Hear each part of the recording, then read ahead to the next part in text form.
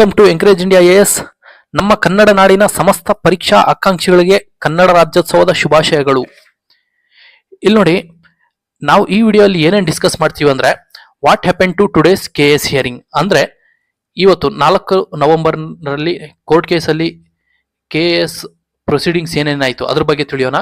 ಮತ್ತೆ when are the group B results, group B HK results ಬಂದಿದೆ, RPC results ಯಾವಾಗ ಬರುತ್ತೆ ಅದ್ರ ಬಗ್ಗೆ ಒಂದು ಸ್ವಲ್ಪ ಮಾಹಿತಿ ಕೊಡ್ತೀನಿ.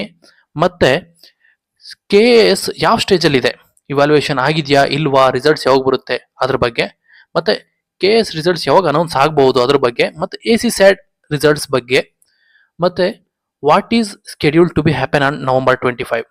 ಈ ಡೇಟನ್ನು ಏನಕ್ಕೆ ತಗೊಂಡಿದೆ ಅಂದ್ರೆ, ಸುಮಾರು ಪರೀಕ್ಷಾ ಆಕಾಂಕ್ಷಿಗಳ ಬಾಯಲ್ಲಿ ಇದೇ ಡೇಟ್ ಬರ್ತಿದೆ, ಈ ಡೇಟಲ್ಲಿ ಏನಾಗುತ್ತೆ ಅನ್ನೋದ್ರ ಬಗ್ಗೆ ಮಾಹಿತಿ. ಮತ್ತೆ ಫೈನಲಿ ನಮ್ಮ ಕೋರ್ಟ್ ಕೇಸು ಯಾವಾಗ ನೆಕ್ಸ್ಟ್ ಹಿಯರಿಂಗ್ ಆಗುತ್ತೆ ಇದ್ರ ಬಗ್ಗೆ ಮಾಹಿತಿ ಕೊಡ್ತೀನಿ. Okay, before going to main topic, team encourage India IAS ನಾವು ಫ್ರೀ ಮಾಕ್ ಟೆಸ್ಟ್ಗಳನ್ನ ಲಾಂಚ್ ಮಾಡ್ತಾ ಇದ್ದೀವಿ. Agri marketing supervisor KEA 708 post AO exam ಇದರ ರಿಲೇಟೆಡ್ ಫ್ರೀ ಮಾಕ್ ಟೆಸ್ಟ್ಗಳು ಪ್ರತಿ ಭಾನುವಾರ ಬೆಳಗ್ಗೆ 10 ಗಂಟೆಗೆ ಇರುತ್ತೆ. ಆಫ್ಲೈನ್ ಟೆಸ್ಟ್ಗಳು ಫ್ರೀ ಇರುತ್ತೆ, ಆನ್ಲೈನ್ ಮಿನಿಮಮ್ ಫೀಸ್ ಇರುತ್ತೆ. ಈ ಅಡ್ರೆಸ್ ಅಲ್ಲಿ ನಿಮಗೆ ಆಫ್ಲೈನ್ ಟೆಸ್ಟ್ ಸೀರೀಸ್ಗಳು ನಡೆಯುತ್ತೆ.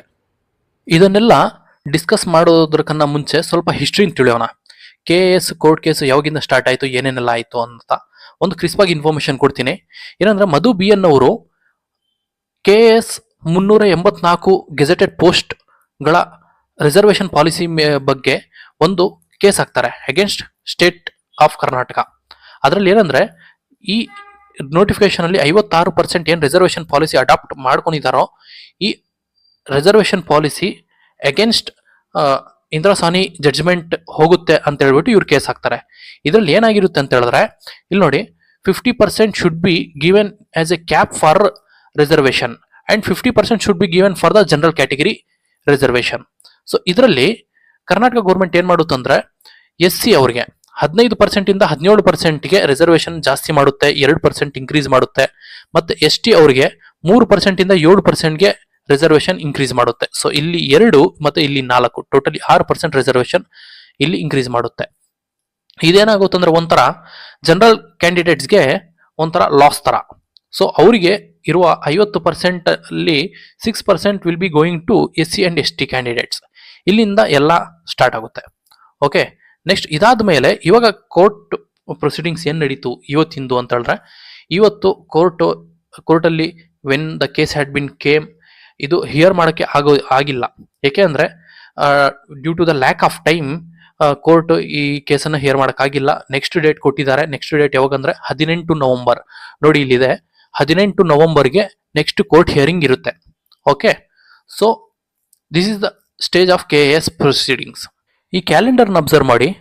ಇಲ್ಲಿ ನೋಡಿ, ಇಲ್ಲಿ KPSC ನಡೆಸಿರುವ ಎಕ್ಸಾಮ್ಗಳ ಬಗ್ಗೆ ಸ್ವಲ್ಪ ಅನಲೈಸ್ ಮಾಡಿದ್ರೆ, ಜುಲೈ 8ನೇ ತಾರೀಕು PDO 1:3 ಲಿಸ್ಟ್ ರೆಡಿ ಮಾಡಿದೆ KPSC HK ವಿಭಾಗದ್ದು. ಮತ್ತೆ 20 ಆಗಸ್ಟ್ ಅಲ್ಲಿ RPC PDO ರಿಸಲ್ಟ್ಸ್ ರೆಡಿ ಮಾಡಿದೆ. ಸೊ ಮೋಸ್ಟ್ಲಿ ಇದು ಡೇಟ್ಸ್ ಎಲ್ಲ ನಿಮಗೆ ಟ್ಯೂಸ್ಡೇ ವೆಡ್ನೆಸ್ಡೇ ಬರುತ್ತೆ.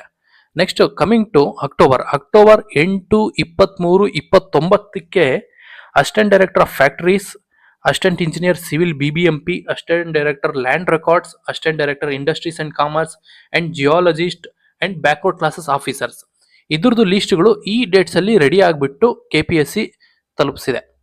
ಸೊ ಇದರ ರಿಸಲ್ಟ್ಸ್ ಯಾವಾಗ ಬಂದಿದೆ ಅಂದ್ರೆ 4 ನವೆಂಬರ್ಗೆ ಬಂದಿದೆ.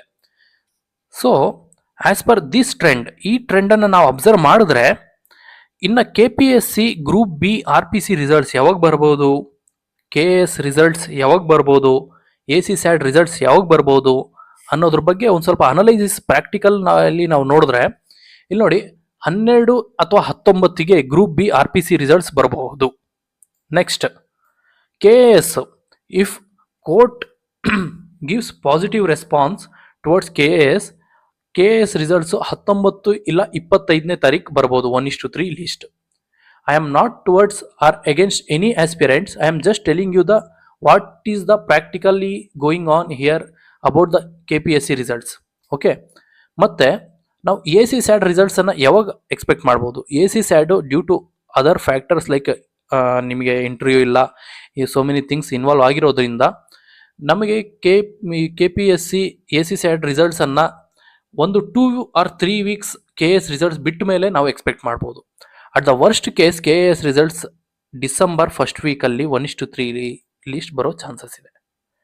ಫೈನಲಿ ಇದು ನನ್ನ observation about K P S C trend ಆಗಿರುತ್ತೆ. ನಿಮಗೆ ಬೇರೆ ಮಾಹಿತಿ ಅಥವಾ ಇನ್ಫಾರ್ಮೇಶನ್ ಇದ್ರೆ you can share it in the comment section. For more updates related to K S and our free test series subscribe, share ಮಾಡಿ ಹಾಗೂ ಲೈಕ್ ಮಾಡಿ. Thank you.